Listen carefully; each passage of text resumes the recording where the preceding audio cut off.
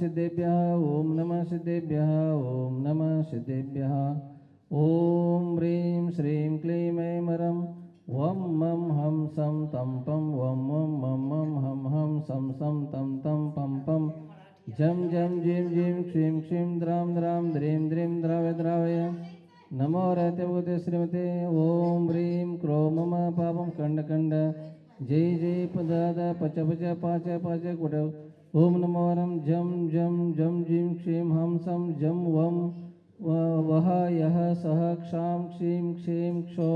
क्षैं क्षों क्षौं क्षं क्षः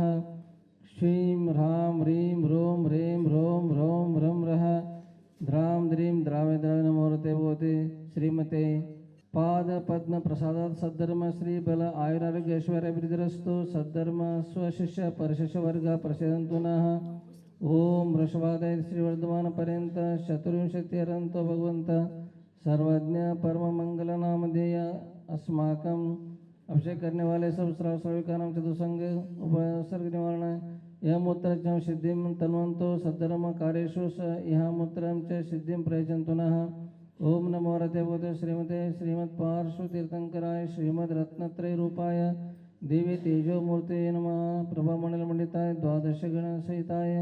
अनंत चतुष्टय सहिताय समो शरण केवल ज्ञान लक्ष्मी शोभिताय अष्टादश दोष रहिताय चतुर्शतगुण संयुक्ताय परमेष्टि पवित्राय सम्यज्ञाय स्वयंभुवे सिद्धाय बुद्धाय परमात्मने परम सुखाय त्रैलोक्यमयिताय अनंत संसार चक्र परिमर्दनाय अनंत दर्शन अनंत ज्ञान दर्शन वीर सुखास्पदाय त्रैलोक्य शंकराय सत्य ज्ञाने सत्य ब्रह्मणे बृहत्पणा मंडल मंडिताय ऋषि आरिका श्रावक श्राविका प्रमुख चतुसंग सर्वनाशनाय घात कर्म क्षयंकराय अजराय अभय। आचार्य कुंद कुंद देव ने सूत्र पाहुण की गाथा 23वीं में कहा है, नवि शिक्षय वत्थ धरो नवि सिज्जय वत्थ धरो जिन शासनम जय भी होई तिथ्यरो न गो विमुख मग्गो शेषा उमग्या सव्वे। आचार्य कहते हैं जिन शासन में इस प्रकार कहा गया कि वस्त्र धारण करने वाले कभी मोक्ष को प्राप्त नहीं होते, उन्हें सिद्धता की प्राप्ति नहीं होती, वे सिद्ध नहीं बनते, चाहे वो तीर्थंकर भी हों तो जब तक ग्रस्त रहें तब तक उन्हें मोक्ष नहीं होता है। इसलिए तीर्थंकर भी दीक्षा लेकर दिगंबर रूप धारण करके मोक्ष प्राप्त करते हैं। एक श्वेतांबरों की तरफ से एक बात उठी है, वो उन्होंने किसी ने श्वेतांबरों के लिए प्रश्न दिया तो श्वेतांबर कहते हैं कि तीर्थंकर वस्त्र रहित होने के बावजूद भी वस्त्र सहित ही प्रतीत होते हैं, फिर उनके लिए दीक्षा अंगीकार करते समय देवदूष्य का स्वीकार क्यों करें। एक ध्यान रखना, देवदूष्य वाली एक कपोल कल्पित कल्पना है। देवदूष्य दिया गया नहीं दिया गया इस पर कोई भी हमारा अभी तक विचार नहीं आया। इसके उपरांत उन्होंने कहा यच्चेकम देवदूष्यम माधव तीर्थकृत प्रवजंती तत्र तत्सवस्त्रो धर्मो मया प्रज्ञापनीय इति ज्ञापनार्थम। एक ध्यान रखना, वस्त्र 3 कारण से ही श्वेतांबर मानते हैं कि एक तो शीत उष्ण आदि की सहनशीलता नहीं होना, दूसरे मच्छर आदि से नहीं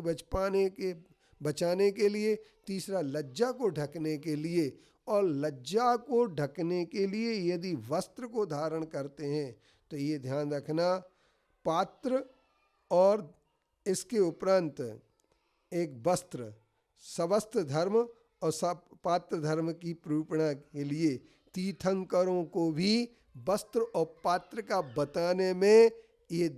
श्वेतांबर लोग चूके नहीं हैं और वो एक कपोल कल्पना करते हैं और अतिशय बताते हैं कि तीर्थंकर के गूढ़ इंद्रिय युक्त सतिशय होने के कारण उन्हें वस्त्र की आवश्यकता ही नहीं है। जब वस्त्र की आवश्यकता नहीं है तो इंद्र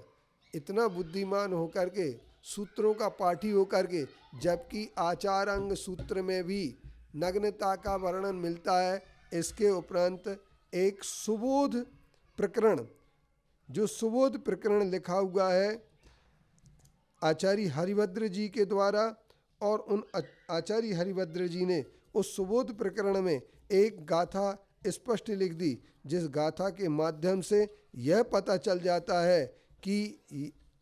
साधु या तीर्थंकर सब दिगंबर ही होते थे।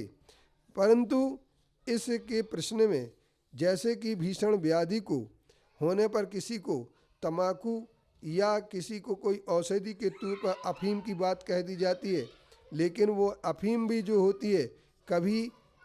किसी के लिए भी आगे जा कर के व्यसन बन जाती है। तो इसी तरीके से कीवो न कुनई लोयम लज्जई पड़माई जल्लमो उनेई सो वाहनो ये हिंडई बंधई कड़ी पट्टये कज्जे। उन्होंने कहा कुसाधु वह कहलाता है जो कुसाधु का स्वरूप दिखाते हुए कहते हैं क्लीब दुर्बल श्रवण लोच नहीं करते हैं, प्रतिमा बहन करते शर्माते हैं और शरीर पर का मल उतारते हैं, पैरों में जूता पहनकर चलते हैं और बिना प्रयोजन कटी पर वस्त्र बांधते हैं, वे ही कुसाधु कहलाते हैं।